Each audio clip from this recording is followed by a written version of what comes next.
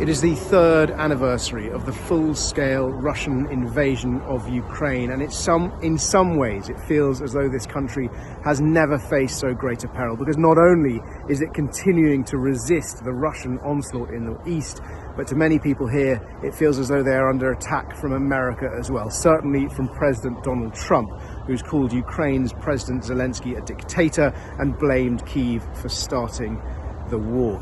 Today in Kyiv there is an international show of solidarity, of support for Ukraine from some of Ukraine's most important and powerful allies. 12 world leaders, European leaders, head of the European Commission are here in Kyiv to meet with President Zelensky, and among them, with them, is former Prime Minister Boris Johnson, who in his remarks as he arrived has categorically rejected Donald Trump's claims that it was Ukraine that started the war.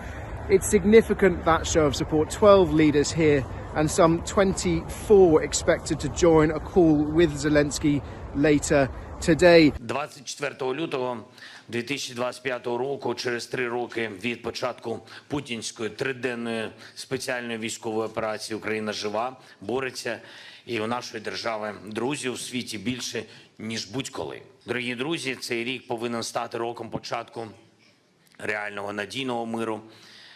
Путін не подарує нам цей мир, не віддасть його в обмін на щось. Ми маємо здобути мир силою, мудрістю і єдністю нашою з вами співпрацею. Стратегічною мішенью Росії є саме Європа, європейський спосіб життя, а отже її безпека та доля Європи не може визначатися без Європи. Україна, Європа, разом з Америкою ми маємо бути за столом перемовин навпроти Росії, щоб необхідність миру не була знов заговорена обіцянками про нормалізацію, перезагрузку чи замирення. I have a very simple, clear message today. The UK is with you today and every day. From His Majesty the King to the NHS workers volunteering in hospitals in Ukraine, to the communities that took Ukrainian refugees to their heart. And that's why I signed our 100-year partnership with President Zelensky last month, because we believe in Ukraine's fight today and the country's incredible potential to thrive in the years to come. This is a time for unity. In this crucial moment, as talks begin, we must work together to shape the outcome. Russia does not hold all the cards in this war, because the Ukrainians have the courage to defend their country, because Russia's economy is in trouble, and because they have now lost the best of their land forces and their Black Sea fleet in this pointless invasion. So we must increase the pressure even further to deliver an enduring peace, not just a pause in the fighting. But it's hard to escape the feeling that this is that countries are picking sides, because America is conspicuous by its absence. Of course, many in Ukraine and Ukraine's allies were blindsided by Donald Trump's decision to hold first a phone call with Vladimir Putin without forewarning his allies, and then holding or orchestrating preliminary peace talks between Russian officials and American officials in Saudi Arabia, peace talks about Ukraine, but at which Ukrainian officials were not represented.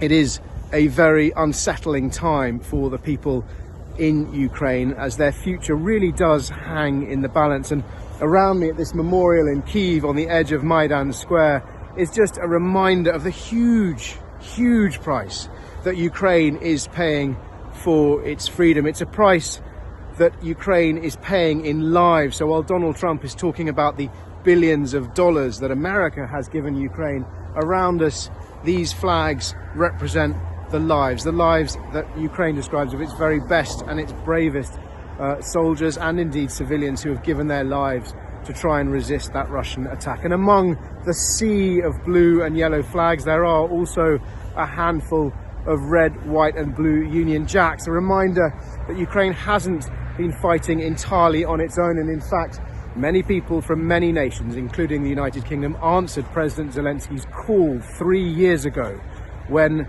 Ukraine was invaded. They answered the call for international volunteers and they fought alongside Ukraine's armed forces. That fight continues. It continues every day. And, you know, if it wasn't for that ferocious resistance, then Ukraine may well have been conquered in days or weeks as Russia had first envisaged. But it hasn't. Ukraine is very much still in the fight. It is losing ground, but it's losing ground slowly and exacting a huge price from Russia. Russia losing far more men, dead and injured, we understand, than even Ukraine's extraordinary toll.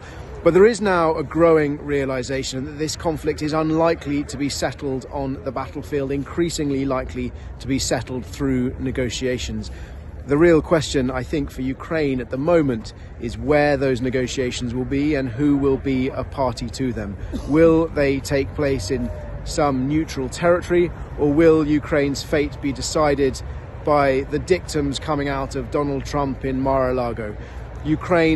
President Zelensky has insisted that unless Ukraine is at the table, the talks will fail. In fact, he said last night that the table is Ukrainian. Ukraine wants a voice in its future, and he's also made clear that without that, even if international support is pulled away from underneath them, Ukraine will continue to resist Russia.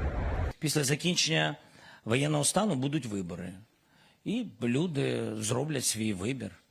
Так, десятиріччя у владі не збираюсь бути. Але і Путіну бути при владі над територіями України не дамо бути. Ось і все. Тому і боремось. А слова вони пройдуть. А може і щось хороше колись скажуть. Якщо мир для України, якщо вам дуже потрібно, щоб я залишив свій пост, я готовий. Друга історія. Можу поміняти це на НАТО. Якщо є такі умови, одразу. Щоб довго про це не говорити. Я фокусуюсь на безпеці України сьогодні, а не за 20 років. І не збираюсь бути у влади десятиріччя. Тому це, напевно, мій фокус і бажана мрія.